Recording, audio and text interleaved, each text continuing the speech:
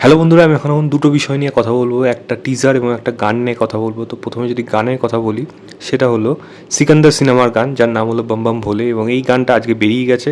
এবং এই গানটা গেয়েছিল শান এবং দেব নেগি, সাথে অ্যাডিশনাল ভোকাস মানে গলা দিয়েছিল অন্তরা মিত্র, গানটা লিখেছিল সমীর রঞ্জন এবং মিউজিক দিয়েছিল প্রীতম। তো এইটা বেসিক্যালি একটা হোলির গান, হোলি স্পেশাল গান, এবং আগেরটা যেমন ঈদ স্পেশাল এসেছিলো, এটা হোলি স্পেশাল গান আসছে। এরপর ক্রিসমাস স্পেশাল আসলেও অবাক হওয়ার কিছু নেই। প্রত্যেকটা ধর্মকেই বা একেবারে সামঞ্জস্য রেখে সবাইকে সম্মান করে একটা করে গান বানা, এরকমভাবেই হোক সিনেমা। যাই হোক, যখন গানটা আসার কথা ছিল ওই সময় আসেনি, অনেক পরে এসছে, সেটা পরের বিষয়। বাট গানটাকে যদি জিজ্ঞেস করেন কেমন হয়েছে, জোহরা জামিনকে যদি আমি বলি তবুও কিছুটা ধুন আমার ভালো লাগছিলো, কারণ হুক লাইন মানে হুক স্টেপ মানে মেন জায়গাটা ভালো লাগছিলো। এই গানটার মধ্যে কিন্তু সেরকমও কিছু যে ভালো লাগছে তা না। গানটা খারাপ জঘন্য হয়েছে সেটা বলবো না, তবে এই গানগুলো হিট হবে এরকমও না। মানে ও ওয়ান টাইম মানে শুনলেন আপনি, ঠিক আছে, একটা লুপে শুনলে হঠাৎ করে অন্যান্য গানের মধ্যে ঠিক আছে। এই গানটা যে চলবে বা হোলি স্পেশাল এই গানটা হেভি নাচা হবে, আমার তো অ্যাটলিস্ট মনে হয় না। এর থেকে আরও ভালো ভালো গান আছে যেগুলো হোলি স্পেশাল গান হয়ে থাকে। এই গানটা কিন্তু সেই লেভেলে হয়নি, সেটা সুর হোক, সেটা গানের কথা হোক, এবং নাচেও যদি কথা বলি, তবে হ্যাঁ কি সালমান খান, রশ্মিকা, তারা যেরকম মানে তার যেরকম সেটটা বানানো হয়েছে সেইগুলো জাস্ট দেখতে ভালো লাগছে। মানে কালারফুল ব্যাপারটা রয়েছে, হোলি তো ফেস্টিভ্যাল অফ কালার, তো সেই কালারফুল ব্যাপারটা কিন্তু রয়েছে এখানে, যেটা কিন্তু ভালো লাগছে ওই অ্যাটলিস্ট ওই জিনিসটা। এবং রশ্মিকাকে দেখতেও খুব সুন্দর লাগছে, বরাবরই লাগে এমনি, এখানে তো আরও বেশি লাগছে, কস্টিউমের জন্য হয়তো লাগছে। সালমান খানের কস্টিউমও ঠিকঠাক রয়েছে। সালমান খানের ডান্স স্টেপ নিয়ে কথা বলি, এক্সট্রা মানে খুব একটা যে কিছু হুক লাইন সেরকম থাকবে যেটা হেভি ফলো হবে, সেরকম কিছু কোরিওগ্রাফি কিন্তু এখানে করা হয়নি, যেটার জন্য আলাদা করে বলবো। তো এই গানটা আমার কাছে একটা বিলো অ্যাভারেজ গানের মতোই হয়েছে, একেবারে খারাপ গান আমি একেবারেই বলবো না। একটা এর থেকে আরও বেশি এক্সপেকটেশন আছে, ছিল অ্যাটলিস্ট, কিন্তু এখন আর তো সম্ভব না, এই গান বেরিয়ে গেছে। এরপরে কী গান আসে দেখা যাক। সিকান্দারের যেই দুটো গান আসলো, খুব কিন্তু ভালো যে হলো তা কিন্তু না। এবার জানি না সিনেমাটা কীরকম হবে, দেখা যাক, সেটা নিয়ে তো পরে কথা বলবো যখন আসবে সিনেমা, তারপর তো সেটা নিয়ে কথা হবে। এনিওয়েজ, এবার যদি টিজারের কথা বলি, সেটা হলো আফরাদ দ্য নিশো বস, তার সিনেমার টিজার, যার নাম হলো দাগি।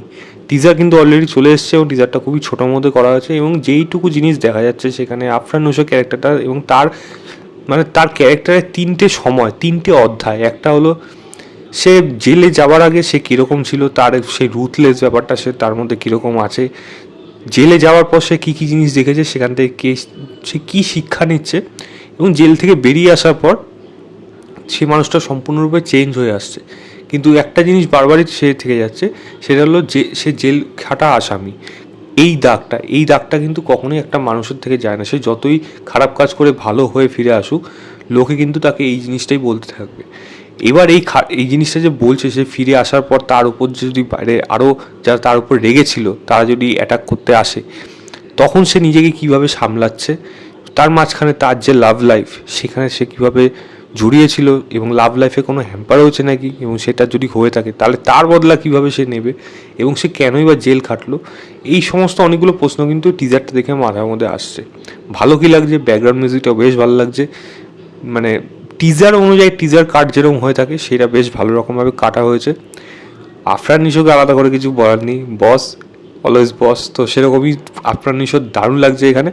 এবং সেই লুক, সেই চোখ, মানে চোখ দিয়ে একটা মানুষ যেরকমভাবে অভিনয় করতে পারে এবং যেরকমভাবে চোখ দিয়ে থ্রেড দিতে পারে, এবং সেই সেটটা দেখতে ব্যাপক লাগে, সেটা কিন্তু নিশোর পক্ষেই সম্ভব, এবং সেটা কিন্তু সে হেভিভাবে করছে। ইভেন তাকে এখানে মারা হচ্ছে এবং সে যখন পড়ে যাচ্ছে, মানে এই গালটাকে যে মাটিতে এসে পড়লো এত সুন্দরভাবে, সেগুলো মনে হচ্ছে পুরোপুরি অ্যাকুরেট। তো সেই জিনিসগুলো খুব সুন্দরভাবে এখানে ডিজাইন করা হয়েছে। আমি যদি বলি কালার গ্রেডিংয়ের কাজ ভাল লাগছে সেইগুলো, এবং তার সাথে টিজারটা যেরকম কাটা হলো, মাঝখানে দোলনাটার মধ্যে আগুনটা জ্বলছে, দারুণ লাগছে এই সিনগুলো, যেগুলো কিন্তু একটা টিজার, একটা সিনেমার সুরঙ্গর টিজার মধ্যে কী দেখেছিলাম আমরা, ডিজাইনটা এমন করেছিল সেটাই চমকে দিচ্ছিল, ওয়ান টেকে যেরকম নিচ্ছিল সেরকম।